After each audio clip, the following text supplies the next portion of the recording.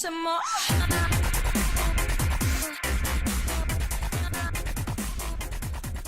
That he's been doing this.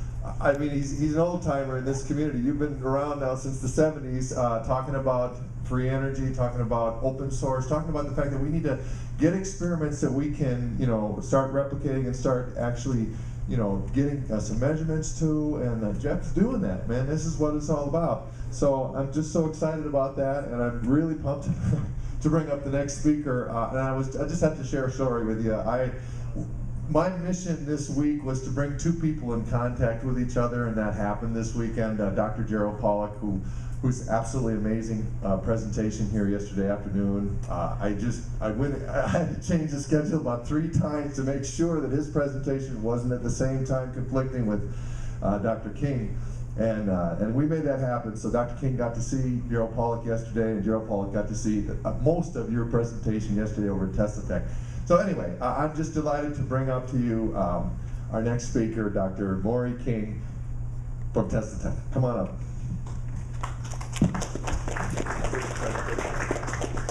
Oh, give me 1 minute. Yeah, I'll get you get a glass of water. I'll entertain the crowd. Go ahead.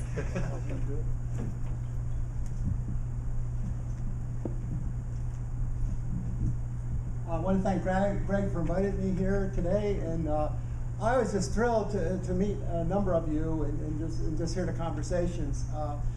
It's an effervescent intelligence. I'm drunk on your ideas. There's such creativity that gee, I want to give you guys an applause. It was terrific. What I've put together is.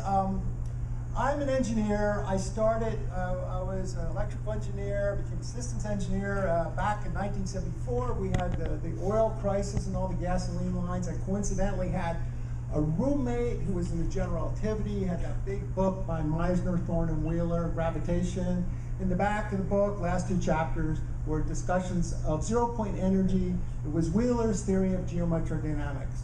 And I go, holy cow, he was talking about fluctuations of electromagnetic field energies with extraordinary energy densities. It was down to the Planck length, 10 to the minus 33rd centimeters. That's 20 orders magnitude below the electrons. And I went, holy cow, here I am in graduate school in engineering, and I've never heard of it. And so I approached my engineering professors in the engineering school, not one heard of it. And I go, gee, why didn't you tell the engineers? The physicists knew about it, so I went over, and sure enough, I met some physics professors and things like that. And I thought, well, I'm going to start it up again. So here I finished my coursework, my PhD in systems engineering, and I'm jumping in to graduate physics and quantum mechanics and things like that. And people say, are you crazy? That's all complicated stuff. Why are you doing that? And I said, well, why to learn it, right? To see where they're at. And sure enough, the physicists were stuck too. They knew that the energy was existing, and I asked the obvious question: can we possibly tap it as an energy source? And they go, oh no, it's random, it's chaotic. The law of entropy says you can't do it. They had a model like a heat bath, where everything is independent. And as I looked at the theories of the zero-point energy, I said, wow, how could it possibly be tapped as a source?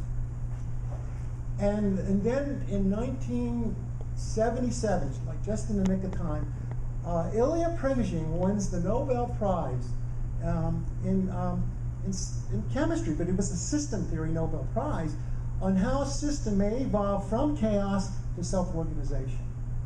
And I go, wow, and it required certain conditions of the system. And those conditions were, it had to be nonlinear, far from equilibrium, had to have some type of energy flux through it. And it turned out that the zero-point energy theories of Wheeler in particular describes an energy flux of the zero-point energy flux, fit the theories of Prigogine. And here I wanted to get my thesis in systems engineering, and Prigogine was a systems engineer. Sure enough, I studied that work, the whole bank of work in self-organization, and there's journals on it, on system engineering, and I said, I want to apply those theories to the zero-point energy. And everybody was shocked. None of my professors wanted to deal with it. They didn't know about it, but they knew me, and they were good sports in some cases. But just then, 1979, I get invited out to Eyring in Utah. They were interested in pursuing some of the experimental work, and thus that's where I stayed ever since. We're almost there. I'm so sorry.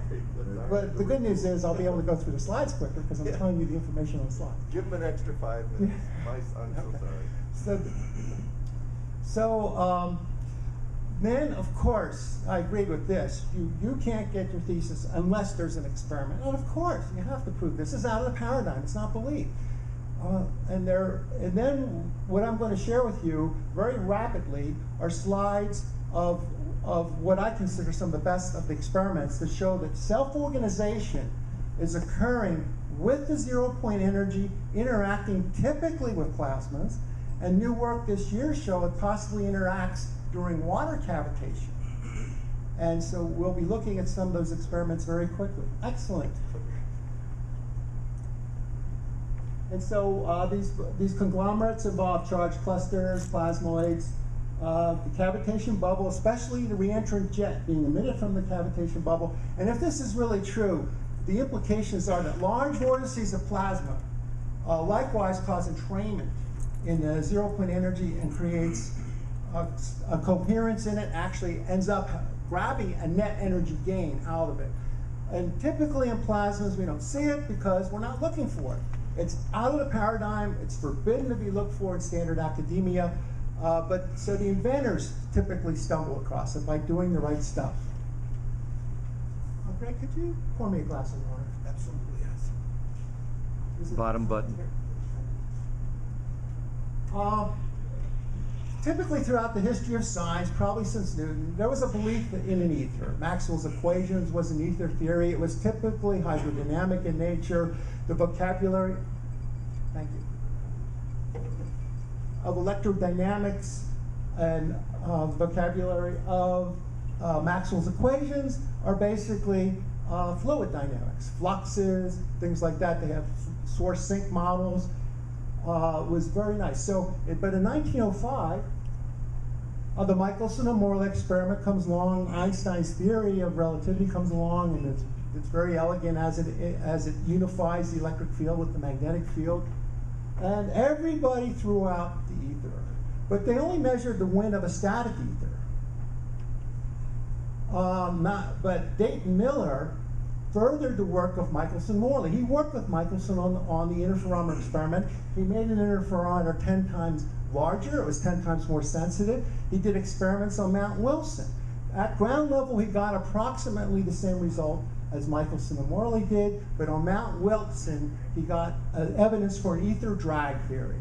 As James DeMeo wrote a wonderful paper. It's up on the way. By the way, you don't have to take notes because I'm going to tell you at the end how to get all these slides, and at the bottom of every slide is a reference, and you'll get this slideshow and yesterday's slideshow from one website.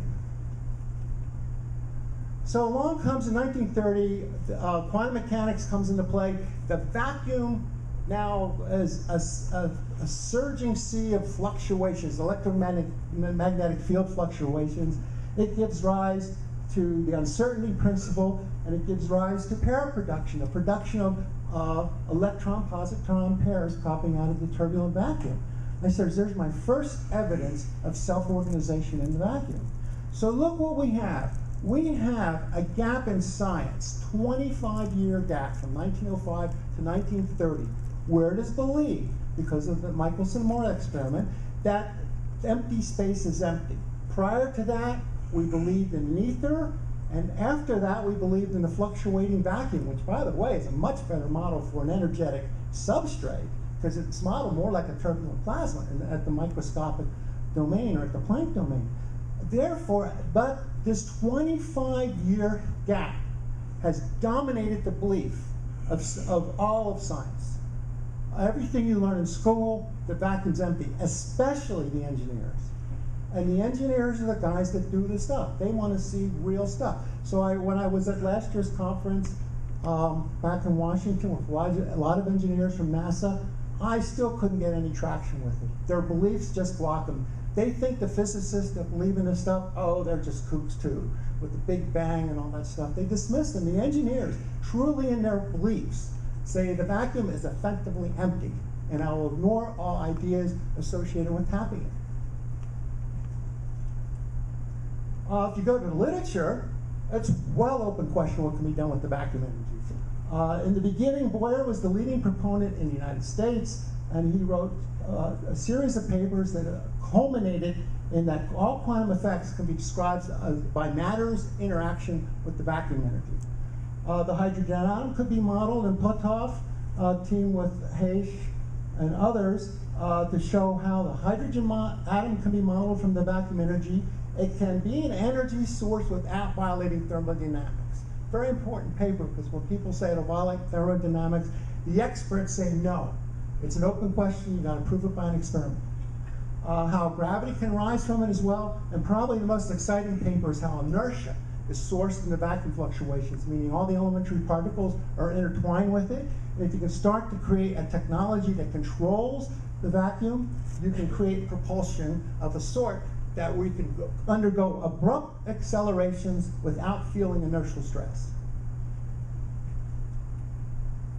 The model in Wheeler's geomicrodynamics was essentially a turbulent plasma with electric flux entering and immediately leaving R3 space called quantum foam is what he called it. The flux through any hole, a little mini white hole, was on the order of, they calculated from general relativity, about 10 to the 93rd grams per centimeter. It's more like, it's probably infinite. That was just a general relativity calculation based on squeezing it off like a black hole calculation. So what it is evidence is an electric flux, a flux of energy from a higher dimensional space. So can self-organization occur? Everybody said no, it violates entropy. And then Prigogine wins the Nobel Prize for saying no, under certain circumstances it can self-organize, and those circumstances have to be nonlinear, far from equilibrium with the energy flux, and that was Wheeler's model. The energy flux is coming from a higher dimensional space. It enters and leaves. If there's vorticity in the flux on the right, it forms the elementary particles. It's like the particles are the whirlpool. They constantly need to be fed by the stream, and and the whirlpool needs the flux to continue always. And the pace of time is associated with the flux. If there is slight tilt to it, we call it vacuum polarization. And if the energy comes through incoherently, that's just the background of vacuum fluctuations.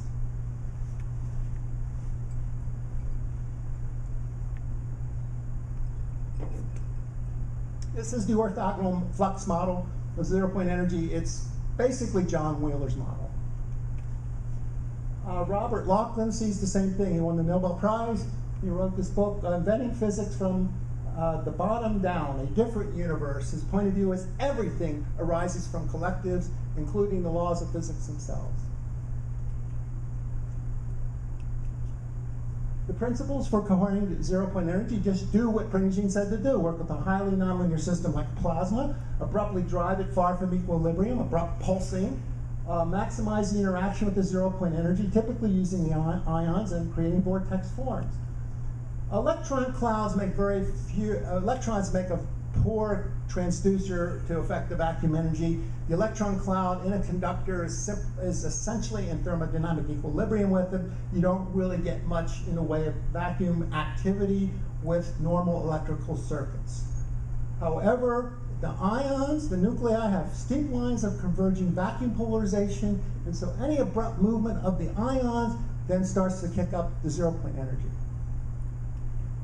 They see it in the accelerator experiments. They call it exotic coherent vacuum states. They see it in the plasma ion acoustic mode, where the ions are moving synchronously together. The plasma ion acoustic mode is famous for manifesting energetic anomalies.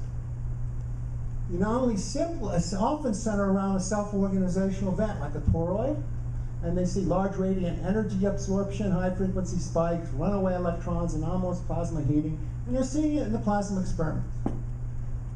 The type of cluster that's unusual is the inert gas clusters, and in them they can do laser excitation of a mixture of inert gases. When they make the cluster, they get anomalous release of energy. So this inert gas cluster is like an excimer. It's in a kind of a cold plasma state and can be re-excited to release the energy.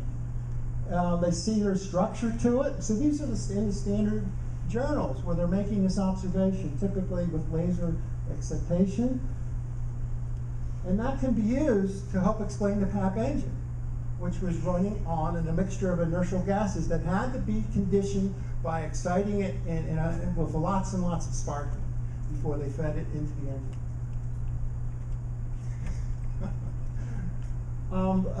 The typical formation of self-organization you see in the plasma is called the plasmoid. It's essentially a vortex ring.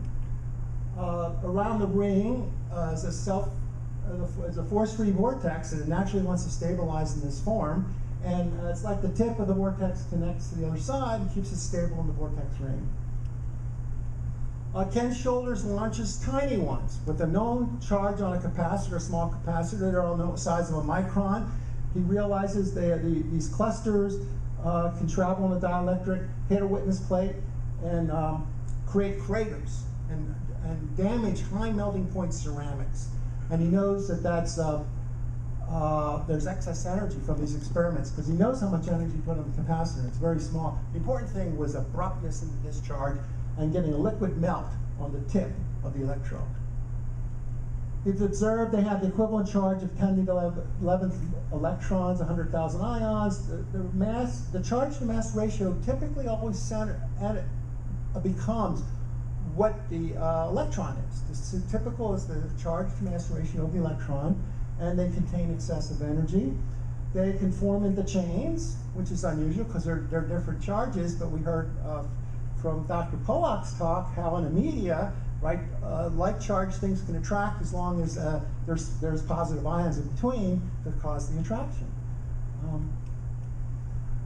The positive EV is very significant. He didn't make very many of those, but he noticed likewise their charge to mass ratio was like the positron, but it was not comprised of positrons.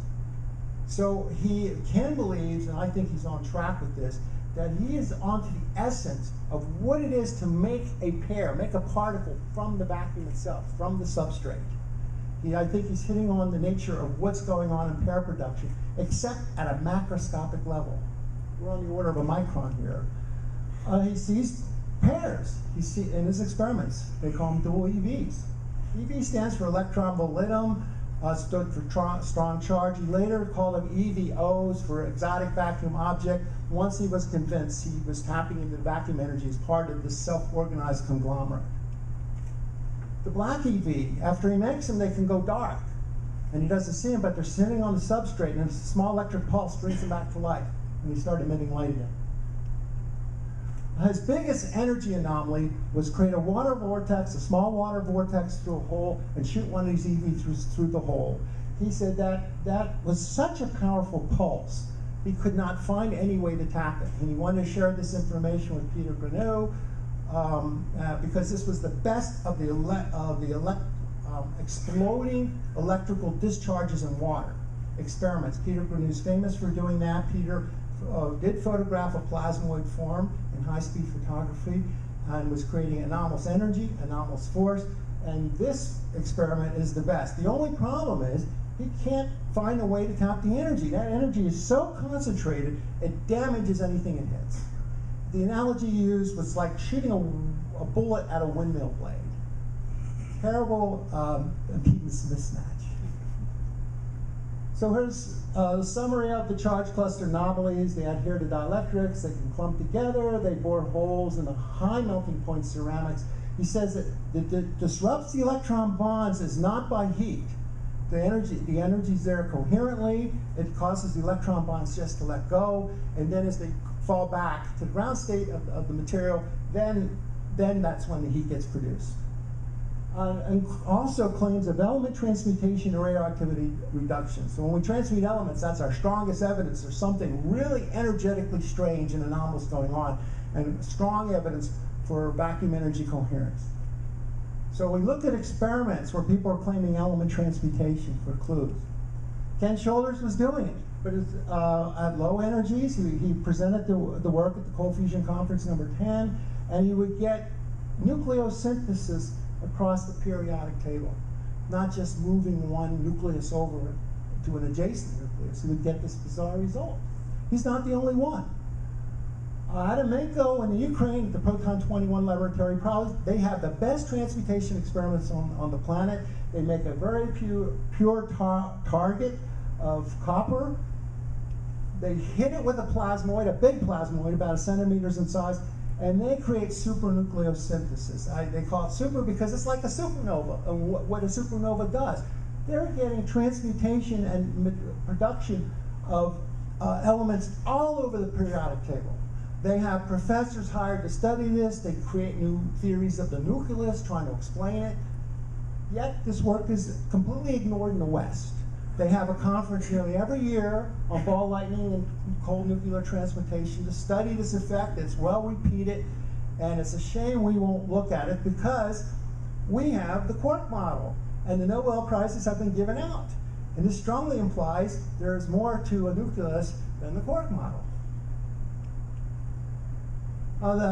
And then probably the most spectacular thing was that I learned was this year on Mark LeClair's claim of maybe creating transmutation with cavitation bubbles. What he did was, here's an assembly, it's a very simple experiment. He uses a very beefy pump, that's a 25 mile per gallon swimming pool pump. He rolls up aluminum veneer that has many decorative holes in it. The holes are very important. Puts it in the pipe. Here's it assembled. And there is where he starts the pump with the input valve on the right. So the experimental setup looks like this. He has a water bucket a couple feet below so it can help create cavitation bubbles. He starves that pump down to about 1/2 gallon per minute. The pump emits a loud squeal. He's constantly adjusting the valve to keep it at that acoustical range around 5 to 7 megahertz. Just to keep that squeal going, right? And he warns, he says, he gave himself the illness of symptoms like radiation poisoning because he sat too close to it for half an hour or an hour as he was constantly fiddling with the valve to do this experiment. Nonetheless, when he rolls out the aluminum veneer, he's getting a ton of elements. That white blotch is carbon in the diamond form. He's used laboratories to do the analysis. They have nucleosynthesis, once again, all over the periodic table.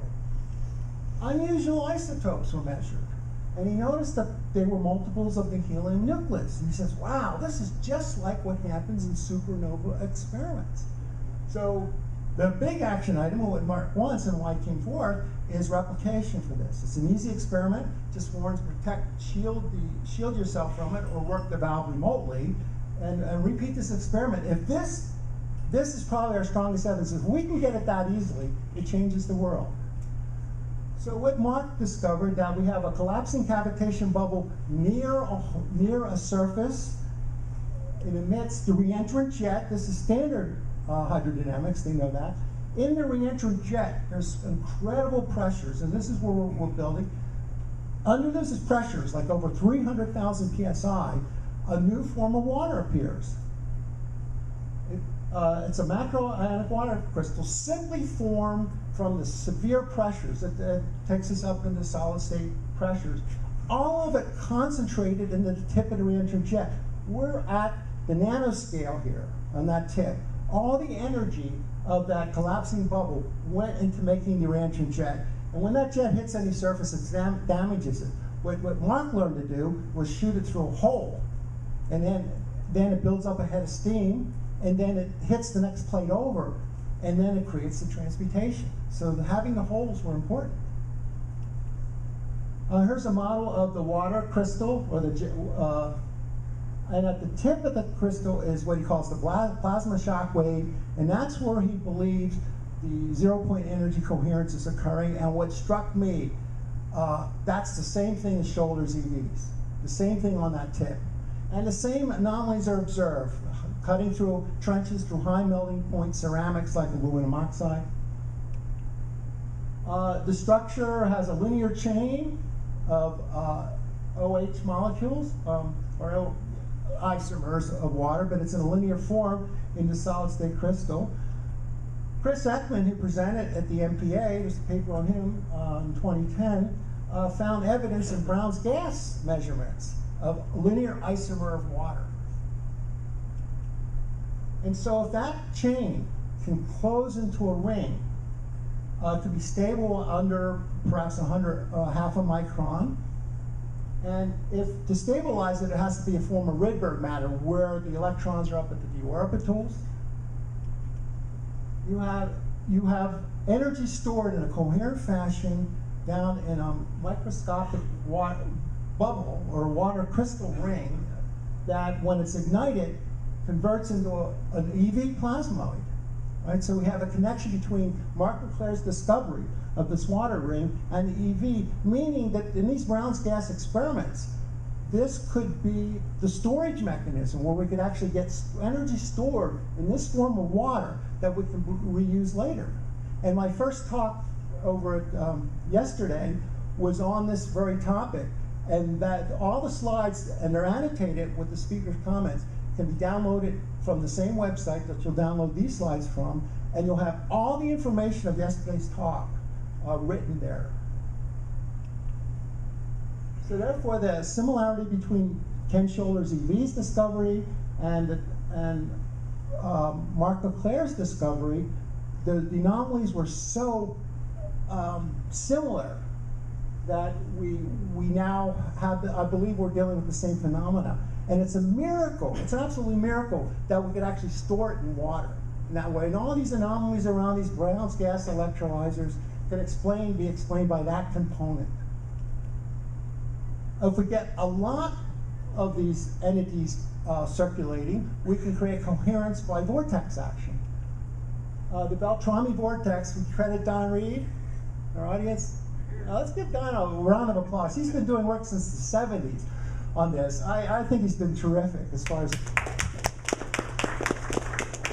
I like to acknowledge my references when they're in the audience. I got you, buddy. Go back.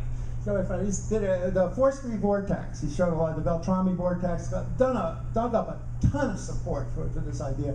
But basically, the curl is the vector is in the same direction as the vector, and likewise, its magnetic field. It's a natural form. Plasmas want to organize this way. They do pair production in the plasmas. Turbulent plasmas launch pairs, counter-rotating pairs of vortices in the plasma. It's just like pair production in the vacuum. Excuse me.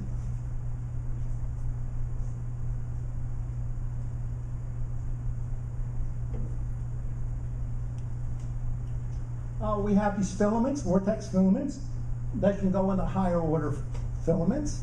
And you can see structure upon structure and self-organization being built up out of a turbulent substrate. Likewise, they close in the plasmoids. We can look for anomalies in tornadoes. And they're essentially, you can see, they're essentially plasma entities. And we've had these guys last year with you, thunderbolts.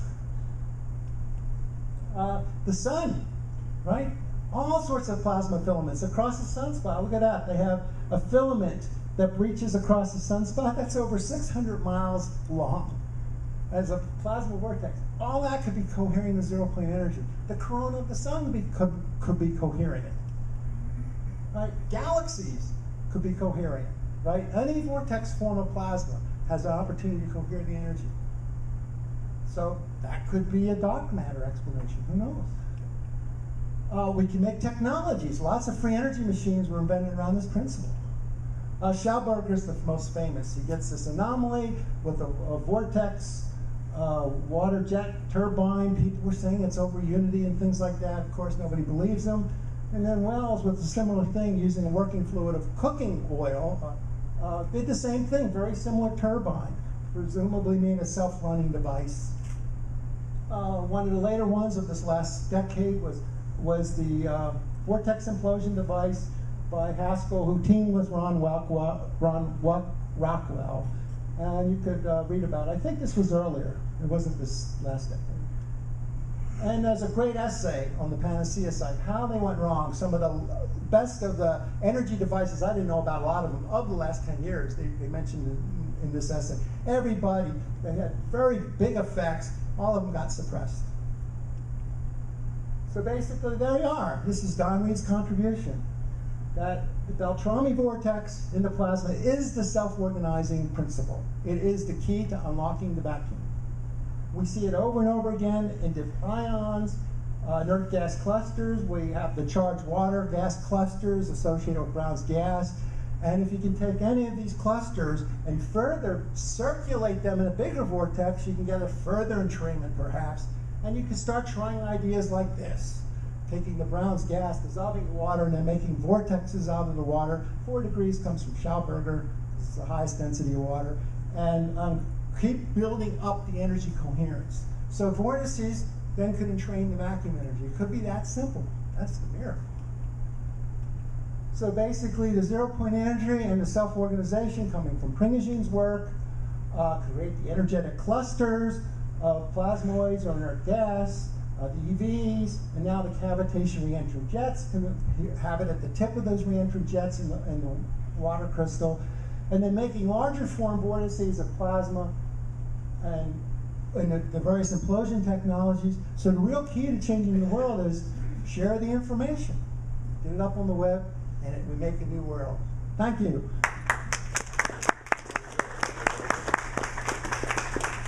Let me, I have some books over the years. Essentially, these books were collections of my presentations.